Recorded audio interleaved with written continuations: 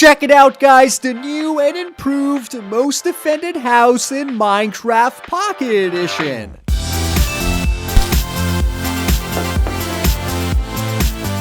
Hey, what's up, my fellow Twisters? Welcome back to another Redstone map showcase here in Minecraft Pocket Edition. Today, we are taking a look at the Most Defended House version number 2. Now, the reason I'm calling this version number 2 is because I uploaded a video a really long time ago called the Most Defended Redstone House, and I believe this is a bigger and better version of that. It includes a lot of cool redstone as well as some pretty neat defenses, so let's go ahead and get into it. Now, as you guys can see, this map looks just awesome. We have a lava pits as well as a bridge, a lot of security gates, and 2 exterior walls, and of course our gigantic house in the middle. Now, in addition to that, we also have an emergency house where we have our secret lever to open up our front gate, as well as 2 different houses for you guys to loot, which is just there for random little decorations and whatnot. But they basically have chests in there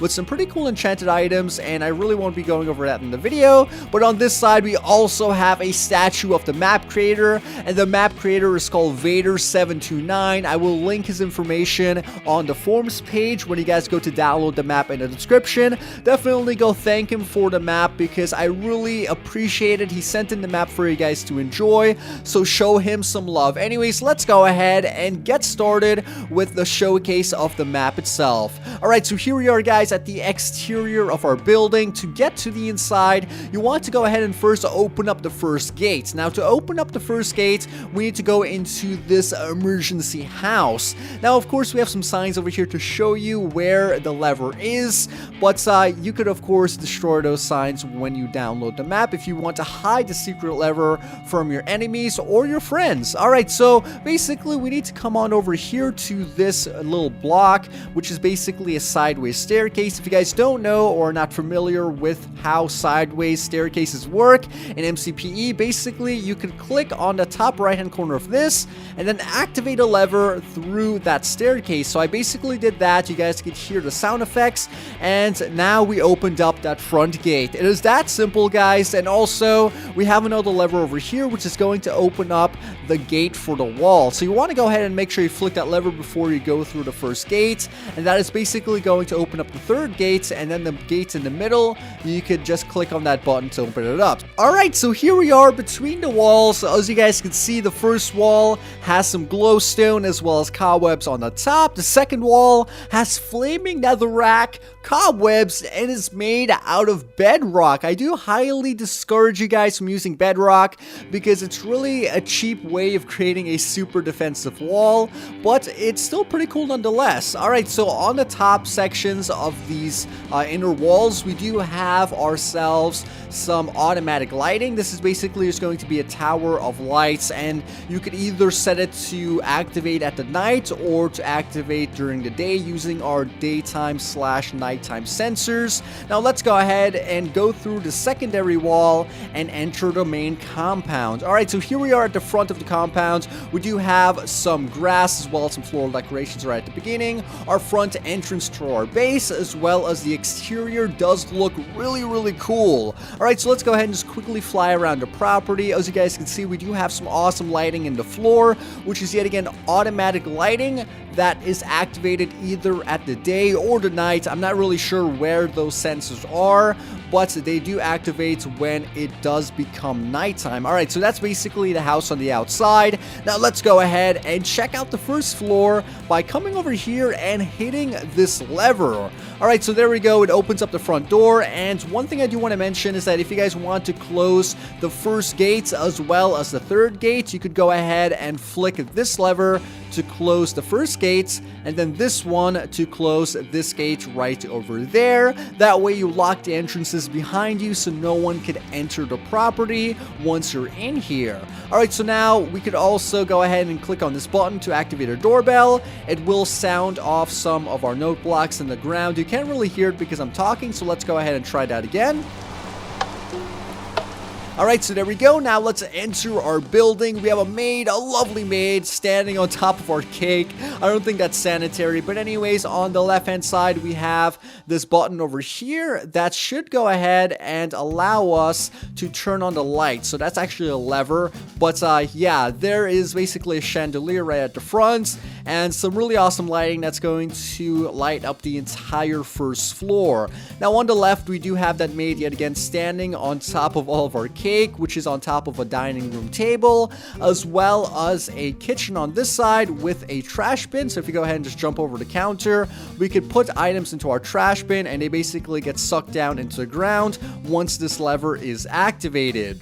Alright, so now on this side, we do have ourselves a little secret room, and this is basically going to be a basement, and we could open this up and go all the way down to the bottom where there is some pretty cool redstone. So down here, we have like 3 different redstone contraptions, and that's really where all of the redstone for the map is going to be, except some lighting on the rest of the floors. Alright, so here we are at the basement, and we could go ahead and immediately turn on the floor lights by clicking on the bottom lever, ceiling lights by clicking on the top lever, and now we could access our vaults by activating or selecting the correct lever, and that's basically going to be the middle lever. It's a pretty easy combination to guess because you can just flick all of the levers, I assume. Yeah, there you go. You can just flick all of them and opens up the door. Once that door is open, we can just go ahead and walk behind our painting, open up this door, and then access all of our lovely treasures. So there we go, guys. We have like chests filled of emeralds,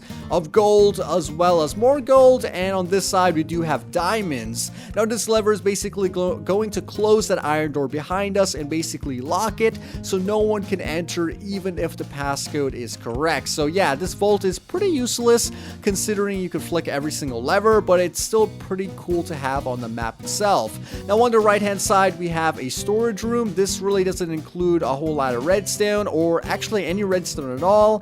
It is just a storage area that has a keeper, which is basically a slave villager. I just have to point it out, guys. That is the dark and cold hard truth. Okay, let's just go ahead and leave this area because he's looking at us. Now on this side, we do have a automatic farm. This is basically like a redstone farm. When we click on this button, it should activate those dispensers and crush all of our crops, and then the water will send all of the items into a hopper, then into a chest. Of course, I didn't have any crops planted, so I really can't demonstrate that, but it's a pretty simple concept, and if you guys play Minecraft, you should know that concept by now. Okay, so here we are back on the first floor. On this side, we do have a lovely seating arrangement as well as a TV. You're sitting pretty close to the TV, so that might hurt your eyes a bit, but it still looks pretty cool nonetheless. We of course have decorative speakers or decorative speakers on the corners of the TV, as well as we do have just a back door over here, which is just going to take you to the outside of the house. Alright, now on this side we have our final room, which is going to be our bathroom. We have a working shower by simply clicking on that button, and we could turn the shower on and off. We also have a lever over here to turn on the lighting for the room, a toilet which is working in theory, as well as a small bathtub, as well as some clothes if you guys do want to change. Alright, so now let's go ahead and take a look at the second floor, but before we do that, we could click on this lever over here to turn on the lighting for the staircase, as well as click on this lever to make the lights flash, and it does lag your game a bit, so I'm just going to turn that off, but keep the lights on. So here we go now to the second floor. As I walk up the staircase, as you guys can see, the area is pretty big. I want to just walk back over here and then click on that lever, and we'll turn on the lighting for the second floor. So check this out, guys.